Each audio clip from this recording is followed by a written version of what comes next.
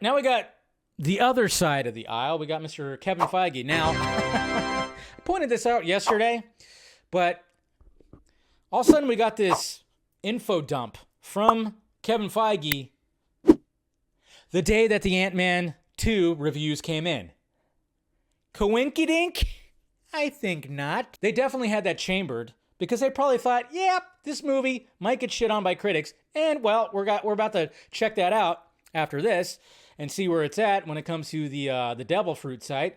But yes, I think they had all this info chambered, and they're like, all right, we're just going to release this little bits at a time throughout the day to try to soften the blow of the bad reactions that are going to be happening with Ant-Man Quantumania. Smart, though. See, that's the thing. That's not a dumb thing. This is smart by Kevin Feige and everybody. That's absolutely smart. So I'm totally actually commending him for doing that because, yes, why not? If you know that, this movie's going to set up Phase 5, sure, but, people might not like it that much. We might as well start getting people excited for Phase 5. Kang's coming, and then we got Spider-Man, Fantastic Four, and all this other stuff. So basically, it was confirmed that, yes, and a lot of people did not think this was going to happen, and thank God it is, but one of the first things was Deadpool 3 is going to be rated R. He also stated that, yes, that they know exactly how they're going to be introducing the mutants into the world. Makes sense. And then, of course, they talked about Spider-Man 4 because everybody's kind of wondering. There hasn't been an announcement. We haven't heard anything about Tom Holland signing on for more movies, but I'm sure it's going to be happening. But also they still have that whole thing with Sony, which is crazy, but they already have the story ready to go for Spider-Man 4. And then, of course, did some talking about Fantastic Four and how big it's going to be for the universe. And then, of course,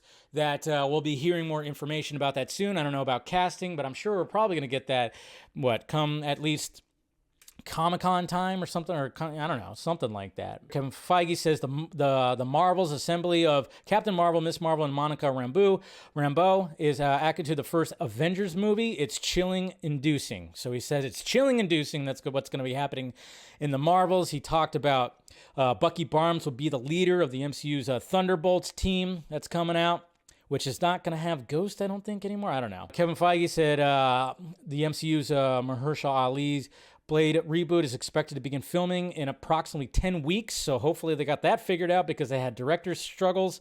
I'm still really worried about that. He did confirm that Moon Knight is not done and will return to the Marvel Cinematic Universe. I think there's a future for that character as we move forward, so that's good. And then he talked about James Gunn and the DCU.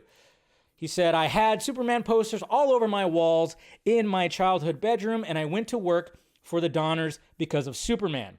The notion of those characters being in such good hands with James is exciting, and it's very cool. You think he really feels like that, huh? And then when the cameras and the audio is down, he's all, fuck that guy. I hate him. I'm out. No. I'm sure he didn't. He's a professional. What are you talking about?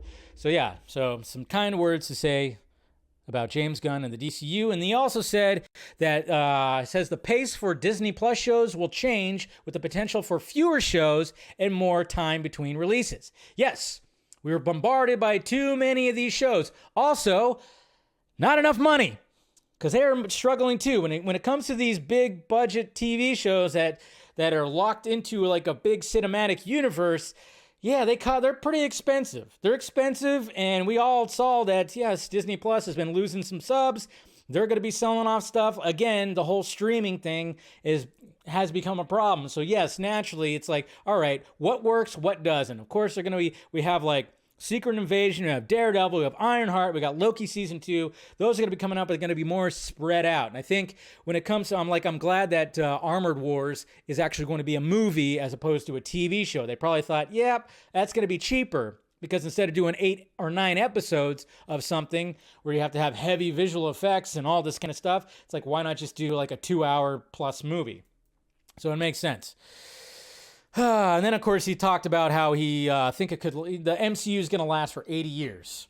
That's a long time, which, comic books have lasted for 80 plus years. So, that's what he's kind of referring to. But let's face it, if you, after 80 plus years, you name like a handful of really good stories, right? So, but yeah. And then, that's pretty much it. It's pretty much when it comes to the MCU info dump. And again, we all know that that the reason why I did it was because of Ant-Man Quantumania.